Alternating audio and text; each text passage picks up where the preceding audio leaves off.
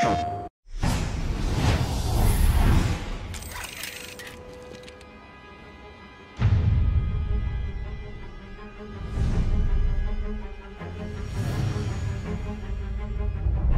war without end requires a soldier without end. Grave, we're in position! Move out! I once believed it. Take his arms.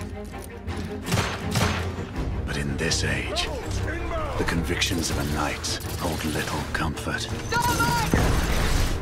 Not when I fight those I once bled to protect. Go!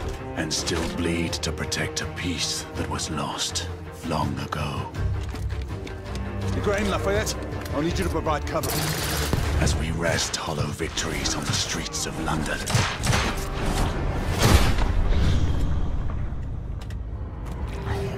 The hidden enemy readies our defeat.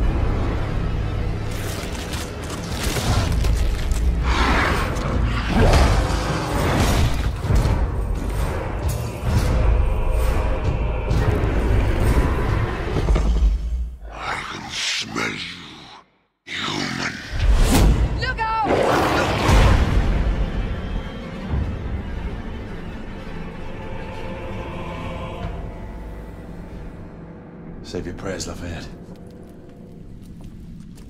There is no God to help him.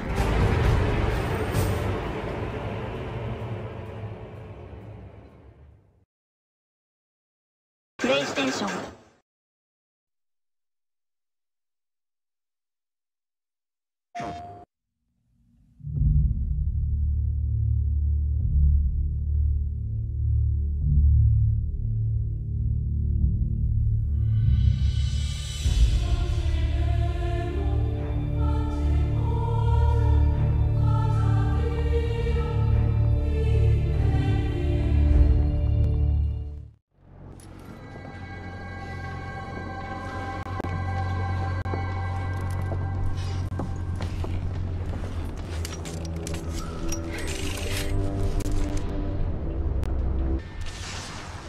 Do you see our comrades? Not yet. There! It must be them. Let's go.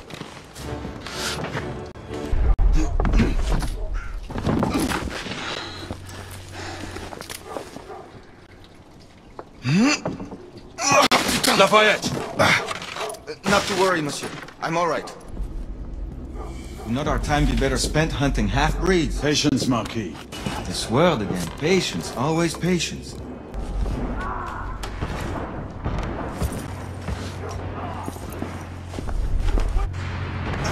Let's move.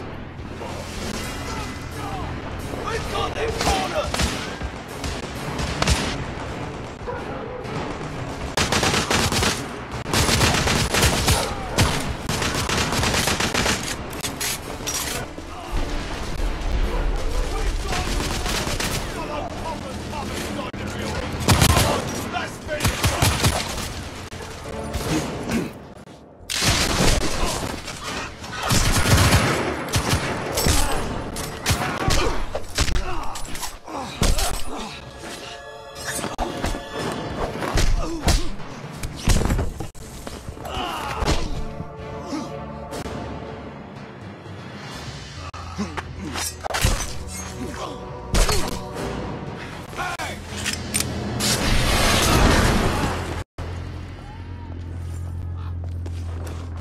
Stop for a pint, did you?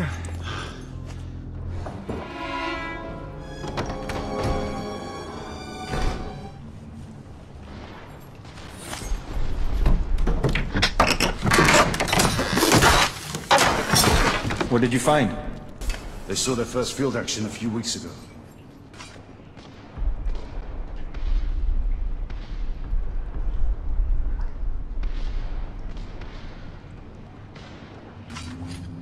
This one hasn't been assigned yet. How did the rebels get their hands on these? I'm making it my business to find out. Begging your pardon, sir. You need it upstairs. That's our cue.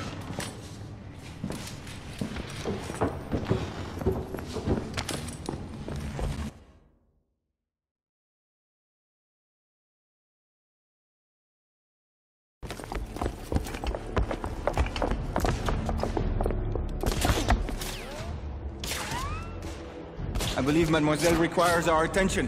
Ukraine, we're in position! About time! Move out! What took you all so long?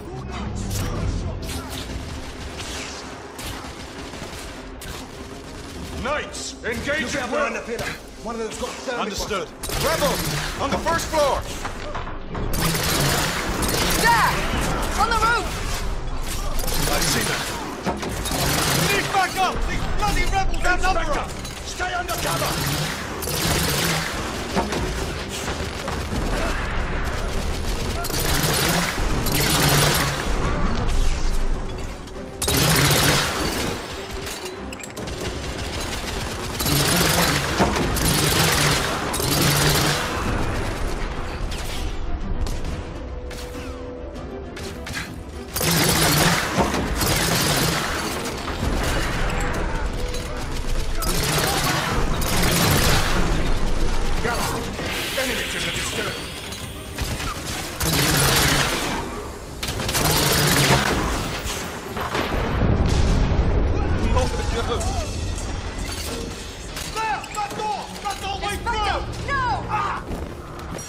We have to help him! Cover me! The Green, lay down suppressive fire! All clear! Bring him inside! Take his arms. Gently, monsieur. I have him. Ready? We have them pinned Let's down! move in. They're bringing reinforcements! We're sitting ducks out here. Here comes another! Monsieur, only a few more feet to go.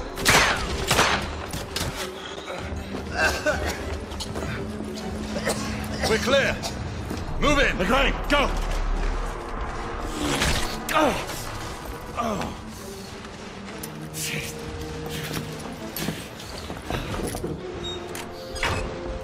Help me with that bookcase.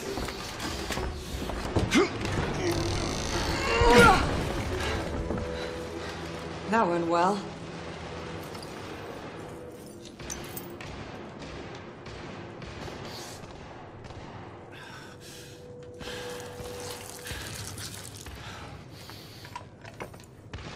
Galahad, find us a way out of here. Working on it. How bad is it? A punctured lung, I think. Another bullet through the stomach.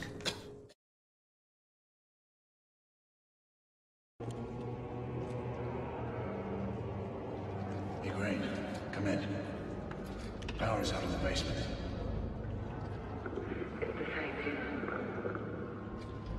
Proceed with caution.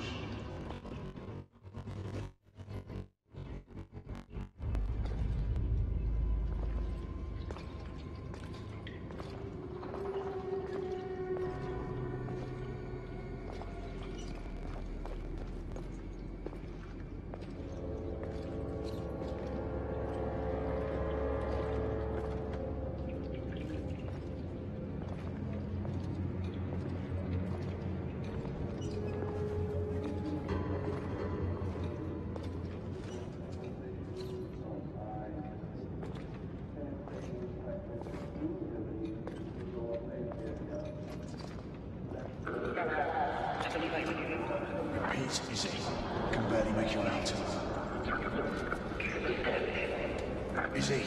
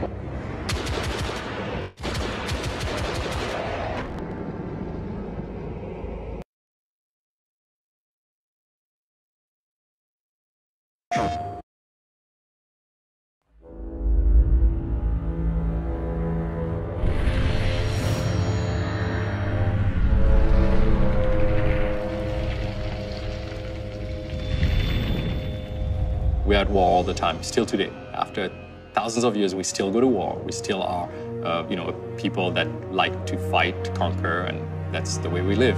One thing that we thought at the very beginning was, what if war wasn't against one society against another, one religion against another, one people against another people? What if you segmented the race that we are and formed something that is partly us, but not really like us? The half-breeds were formed out of that. By this point, hundreds and hundreds of years of struggle has already kind of occurred between humans and the half-breeds. Basically, our story kind of paints them as another top-tier predator just like man is. The half-breeds are based on lore that exists from stories that were told in different countries, in different civilizations, societies. In our world, werewolf is something that came from a lore that they probably believed in thousands of years ago, when it actually was a half-breed, an evolution of mankind. They still are I would say anatomically similar to humans, but they have, they're much taller, they're bigger, they have hides that are thicker, their musculature gets slightly augmented.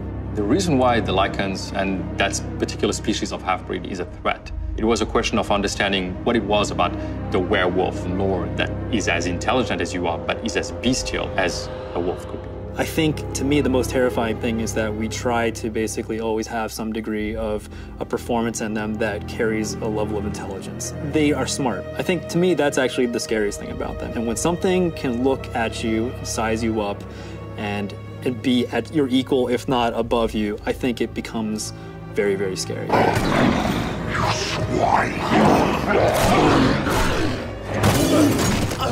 We really tried to capture the right balance of both human lupine anatomy and that level of imperfection that makes it not feel like this kind of action-y comic book creature, and much more like this is a creature that could have existed that we just haven't seen yet. The anatomy has to be right. If it doesn't look like it's built for the purpose that it needs to serve, it's going to look kind of artificial. You don't want something to look like a man in a suit. You don't want something to just have weird kind of bones jutting out of it just because that looks cool or scary. Also trying to retain a sense of the person. We didn't want this magical transformation from specific guy to generic scary creature. We wanted a sense of who that person was still kind of transferred into the lichen anatomy. We knew that one of the pillars of the game was that we not just have lichens, but we have the ability to transform a human into a lichen or vice versa. We wanted no cheats. We wanted continuous, no-cut shots of this happening. And so what that means is actually transforming the anatomy. The blood from the heart through the veins and arteries. You kind of see this chest expansion as if maybe the lungs, the rib cage, and then all the rest of it as it's being carried through the blood kind of moves outwards to the extremities. The hips, the pelvis, The big toes of the humans actually morphs and migrates back to the dew claw. everything is very, very different from how the thing is structured. Finding 3D topology that allowed us to achieve that was quite a process. And then the hair growth was another challenge. As they're transforming, a mostly bald human is now transforming into a very hairy dog, cat-like creature. On top of that, the skeletons of both characters are actually animating and transforming along with the splend shape. On top of that, the materials are animating and blending between the human state, sort of an in-between transformation state, and the lichen state without any tricks or gimmicks. I think that's something that people are going to be really kind of excited about. You know, there's that moment where you're like, oh man, turning into a lichen, that's awesome. And so we wanted to make sure we play that up. But once you feel like that thing makes sense and that it could really stand in front of you, I think there's this whole other layer of kind of emotion that sets in where you're like, wow, that's not just this thing that I take for granted as being a monster or something just, ooh, scary. It's like, that maybe could be something that, you know, we just haven't found in the world. They're in hiding, we don't know where they are. It's always a struggle because everybody was like, should we push it a little more? It's like, no, you know, guys, let's make it believable. Let's keep it in the realm of what people are gonna say. You know what, I don't believe in them, but if I did, that's what I would have believed.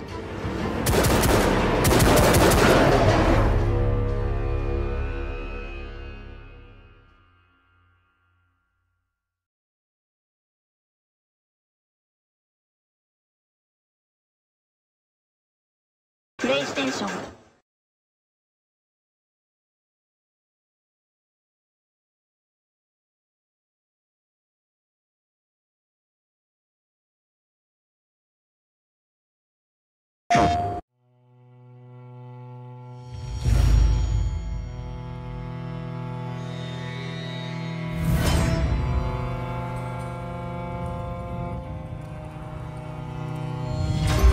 The blood that binds us is our covenant, a reminder of our legacy, of a time when darkness threatened the very existence of mankind.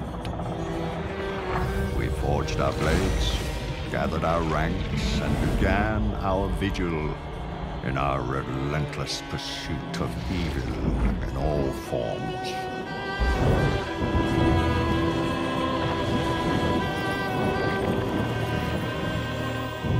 And for centuries, we have struggled against an unyielding and determined foe.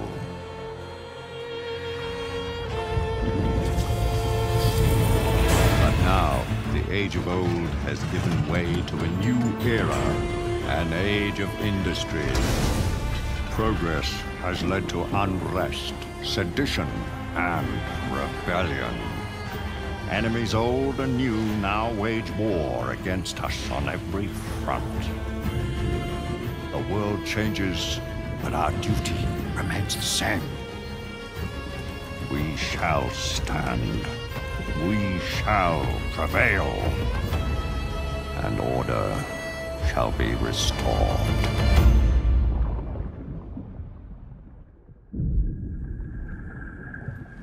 Such indiscriminate slaughter.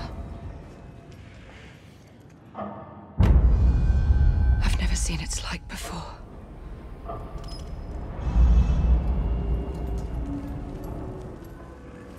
I'd say we should be prepared for anything.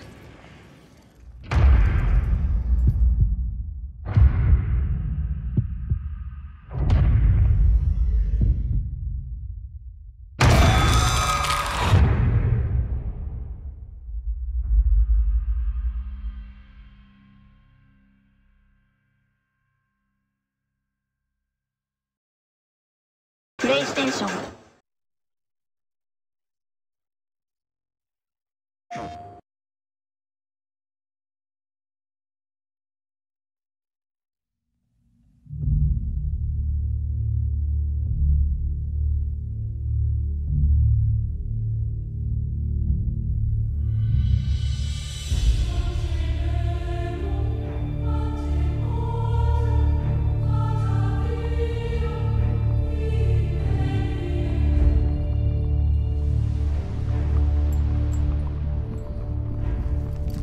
It is a new world for us. For all of us. An age of scientific marvels. And yet, underneath the brass and steel, the old struggle endures.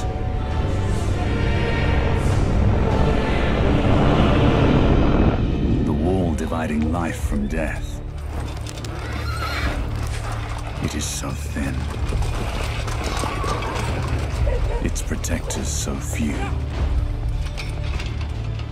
But for so few, such terrible strength do we possess.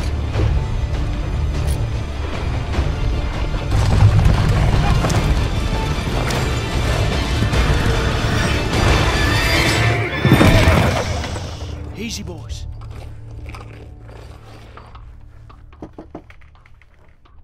It's all right, Mum.